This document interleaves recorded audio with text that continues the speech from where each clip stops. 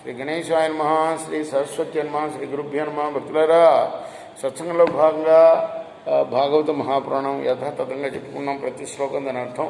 ఇందులో భాగంగా నిన్నటి వరకు మనం 9 స్కందాలు పూర్తి చేసాం. 10వ స్కందాన్ని 120 భాగాలుగా చెప్పుకున్నాం. ఈ రోజున 121 భాగం చెప్పుకుందాం. చెప్పుకునే ముందు వ్యాస భగవానుడికి నమస్కారం చేసుకుందాం. అలానే క్షేత్రపాలకుడైన ఆంజనేయ స్వామికి నమస్కారం చేసుకుని సమర్థ సద్గురు సాయినాథ్ మహారాజ్కి జయ అని చెప్పుకుంటూ ప్రారంభం చేద్దాం.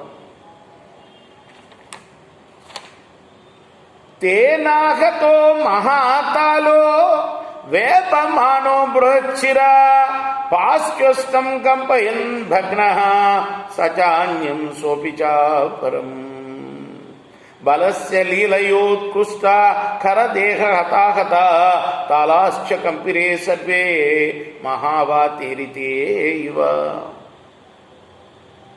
అలా బలరాముడి చేత అవలీలగా విసరివేయబడ్డ గార్ధబాసురుడి యొక్క శరీరం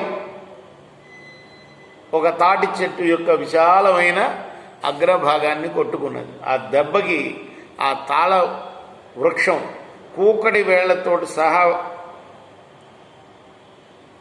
కింద పడిపోయింది పక్కనున్న తాటి చెట్టు పైన. దాని ధాటికి అది ఇంకో దానిపైన పడింది. ఇలా వరుసగా ఎన్నో తాటి చెట్లు ప్రచండమైన సుడిగాలి తాకిడికి గురైనట్లుగా నేల కూలిపోయినాయి. పెద్ద గాలివాన వస్తే వరుసన ఎలా చెట్లు కూలుతాయో అలా కూలిపోయినాయి అనమాట. అంత వేగంగా విసిరాడు అనమాట. ఎవరు? బలరాముడు.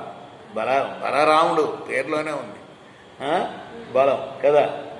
నైతచిత్రం భగవతి హ్యనంతే జగదీశ్వరే ఓతప్రోతమిదం యస్మిన్ తత్తుష్వంగ యథా పటః. పరీక్ష మహారాజా, దారపు పోగుల్లో వస్త్రం వ్యాపించినట్లుగా జగత్తునందు జగదీశ్వరుడు అలా వ్యాపిస్తాడయ్యా. అందువల్ల అనంత శక్తి సంపన్నుడైన ఆ జగదీశ్వరుడు నాడే బలరాముడు ఒక అల్ప రాక్షసుని హతమార్చడం ఏమాత్రం ఆశ్చర్యకరం చెప్పు అంటున్నాడు పరీక్షన్ మహారాజుతోటి సుఖయోగి ఈ సంఘటన చెప్తూ అనమాట. తత కృష్ణంచ రామంచ జ్ఞాతయో ధేనుకసే క్రోష్టారోభ్యద్రవన్ సర్వే సంరబ్ధ హత బాంధవ. ఆత్మీయుడైన ధేనుకాసురుడు ఎప్పుడైతే చచ్చాడో గార్ధవ రూపంలో ఉన్న తన అనుచరులు అందరూ కూడాను ఎంతో క్రుద్ధులయ్యారు. వెంటనే వారు రామకృష్ణుల మీదకి ఒక్కుమ్ముడిగా విజృంభించారు. తాంస్థానాపతతః కృష్ణో రామస్య నృపలీలయో గృహీత పశ్చాచ్చరణాన్ ప్రాహిణో తృణరాజసు ఫల ప్రకర సంకీర్ణం దైత్య దేహైర్గతాసుభి రరాజభూ సతాళాగ్రైర్ ఘనైరివ నభస్థలం.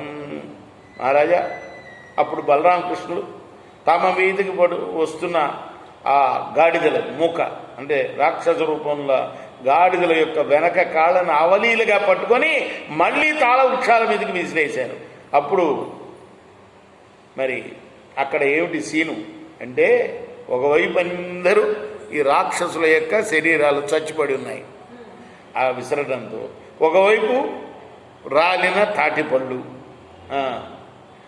అంతా కూడాను మేఘాలచే కప్పబడిన ఆ నేల మేఘాలచే కప్పబడిన ఆకాశంలాగా కనబడిందట. రేపు మనం కొనసాగిద్దాం. కృష్ణార్పణ సచ్చిదానంద సద్గురు.